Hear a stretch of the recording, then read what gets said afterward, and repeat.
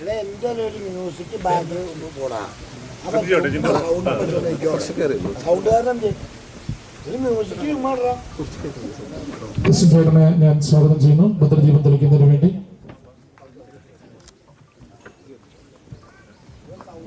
കയ്യടി കൊടുക്കുക എല്ലാവർക്കും. നമ്മുടെ 37ാമത്തെ ചിത്രത്തിന്റെ ആ ചരിത്ര നിമിഷം.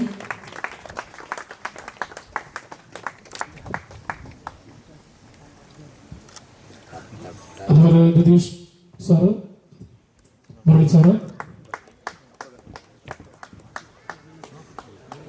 നമ്മുടെ ഇവിടുത്തെ വാർഡ് മെമ്പർ രജിത്ര മേഡത്തെ ഞാൻ വേദിയിലേക്ക് ആദരപൂർവ്വം സ്വാഗതം ചെയ്യുന്നു.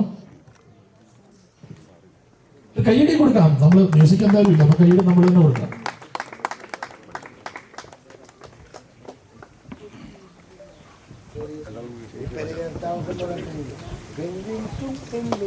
കയ്യടി കൊടുക്കുക, കയ്യടി കൊടുക്കുക. നമ്മള് സപ്പോർട്ട് ചെയ്ത്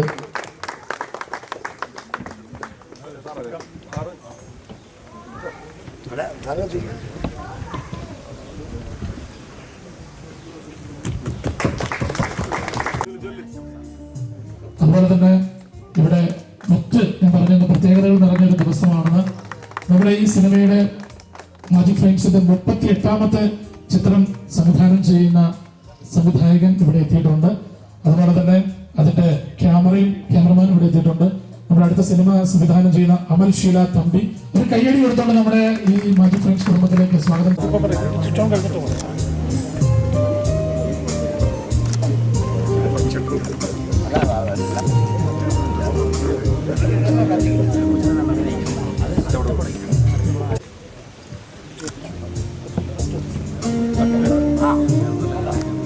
കുറച്ച് മര്യാദ ആദ്യം ചെയ്യാൻ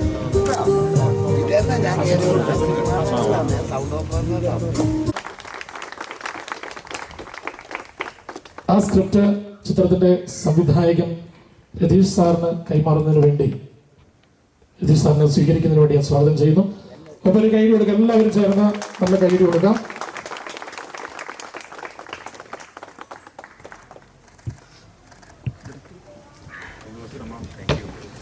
നമുക്ക് ഈ ഒരു സ്ഥലം നമുക്ക് വേണ്ടി ഒരുക്കി തന്ന സന്തോഷം ഈ വേളയിൽ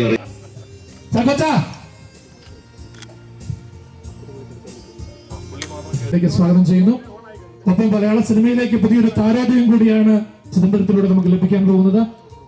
സ്വിച്ച് നടത്തുന്നതിന് വേണ്ടി നമ്മുടെ എല്ലാമായ ലിസ്റ്റ് ഞാൻ ആദരപൂർവ്വം സ്വാഗതം ചെയ്യുന്നു. ഒപ്പം ചിത്രത്തിലെ സംവിധായകൻ രതീഷ് ബാലകൃഷ്ണ പൊതുവാൾ, അദ്ദേഹത്തെയും ഞാൻ സ്വാഗതം ചെയ്യുന്നു. നിറഞ്ഞ കൈയടി എടുത്തുകൊണ്ട് നമുക്ക് ഈ ചടങ്ങ് ഈശ്വരനോട് പ്രാർത്ഥിച്ചുകൊണ്ട് പുതിയൊരു ചരിത്ര വിജയത്തിന്റെ ഭാഗമാകാൻ